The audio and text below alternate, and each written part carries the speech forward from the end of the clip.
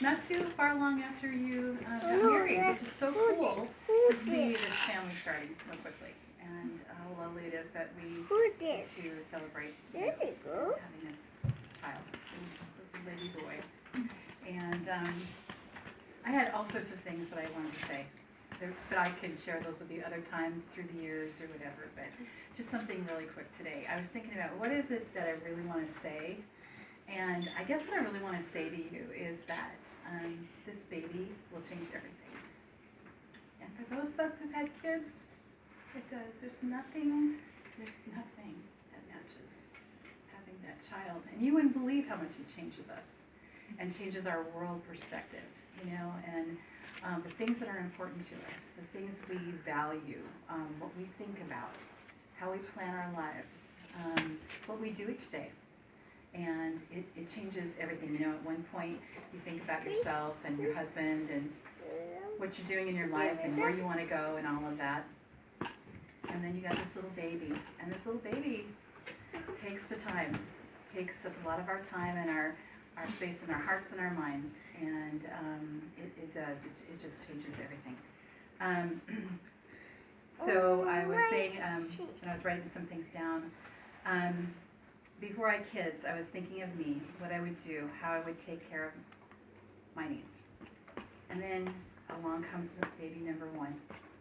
And my world as I knew it changed to 180 degrees as of October 31st, 1981.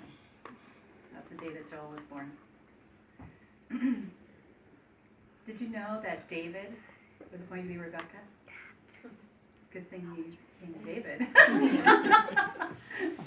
Thinking about David and being a daddy, and I watch him and how he talks about having his baby and how he walks around in baby's arms, how he looks at things, and he's just really thinking and hoping and enjoying this process of having a baby. And I just love seeing my son, whom I got to see as a baby, see him become this daddy, that he's going to be this wonderful daddy, and you this wonderful mom, raised by lovely parents who have taken the time to pray for you and for your husband. And I'm with my son, for the wife that you are for him. He came into this world, David, with piano fingers. I thought he was going to be a piano player. I thought for sure. There was other things too I thought that he would do too, just because of who he was. He was very quiet, and he had an older brother who acted like his twin, Michael did, more than anything else. And Joel, who was very active and always into things, and Michael telling David what to do all the time. But, you know, it's interesting how our children, how they change, and how what we think that they will become, they become something different and even more wonderful. And how God has all those things planned for their lives, and how there's control by God, how he just kind of puts into place all those missing wonderful pieces into our lives. And so as a mom, has seen my child grow up and be this wonderful man that I had no idea he would become such a I knew he'd be wonderful, I just knew it, but I just to see him now and to see him as your husband is amazing to me. It overwhelms me. I don't know what to say about being a mom and a grandma to my son's baby. It just overwhelms me. All I can do is just kind of peer in there and be so grateful and so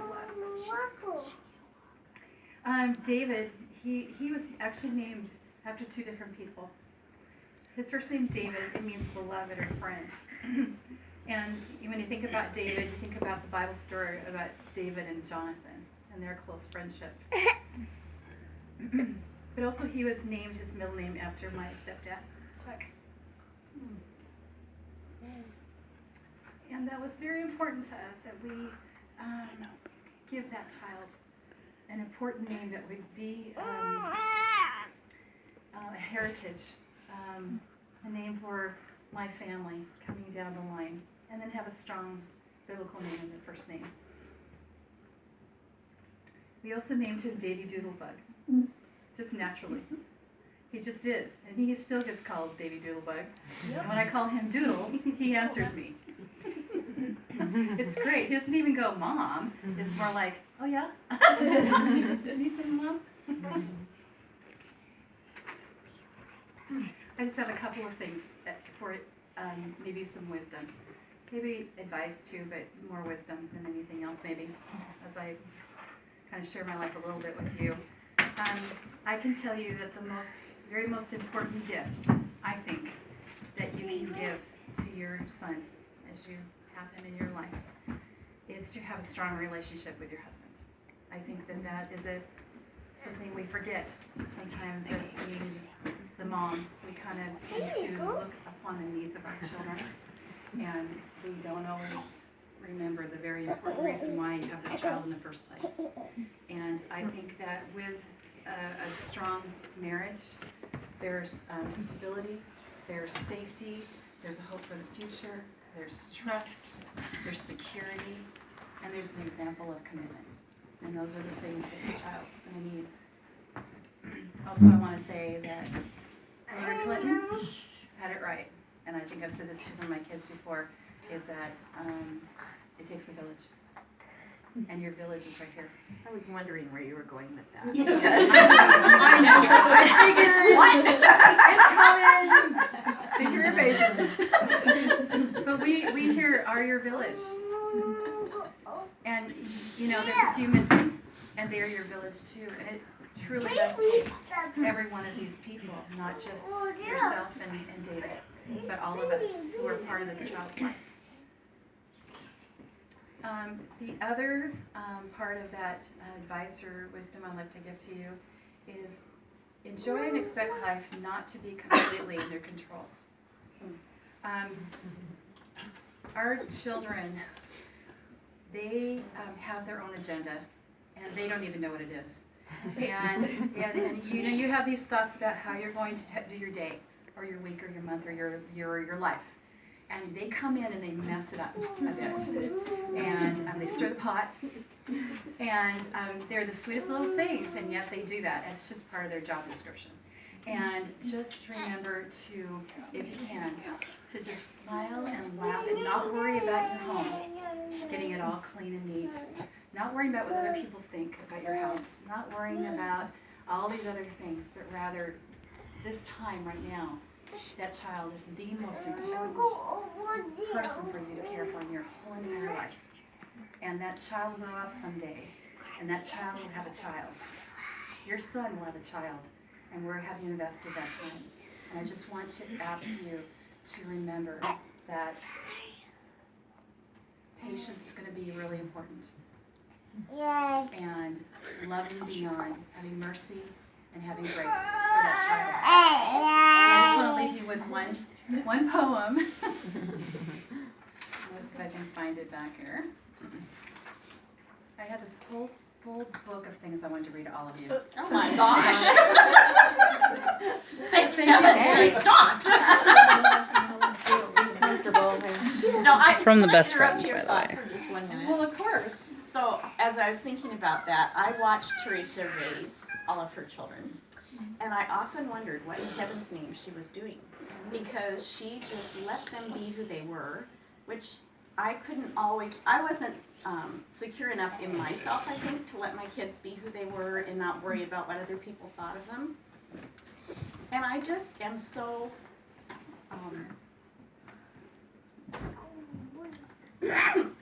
I'm apparently related to her, but her kids all turned out so beautifully, and I think that when you were talking about them, letting them be themselves, that really worked well.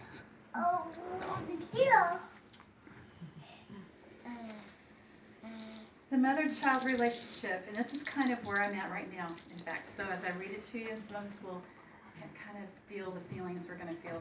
And someday Is this a poem you wrote? This is not a poem I wrote. This is one I found. I'm not a very good poem writer. The mother-child relationship is paradoxical, and in a sense, is tragic. It requires the most intense love on the mother's side. It's that mother bear thing. I think I've mentioned it before. So you get this mother bear thing you never knew you had, and it's right there. Right, Steph? Yes. Yet this very love must help that child grow away from the mother and to become fully independent. It is paradoxical. So just, it's something to remember, because someday you will also have your child go off to college, get married, all those things. And just remember that you're raising them for that time too.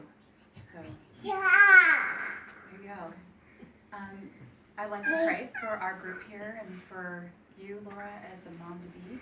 And I just want to tell you how proud I am, proud of you, and proud of my son, and how wonderful. I cannot wait to meet that baby. Like I said the other day when we were together, it's so strange. I see you as being pregnant. I know there's a baby in there. And I suddenly realized that baby is going to be a child that we're all going to get to know, with a special personality that's going to forever change our lives. All of our lives.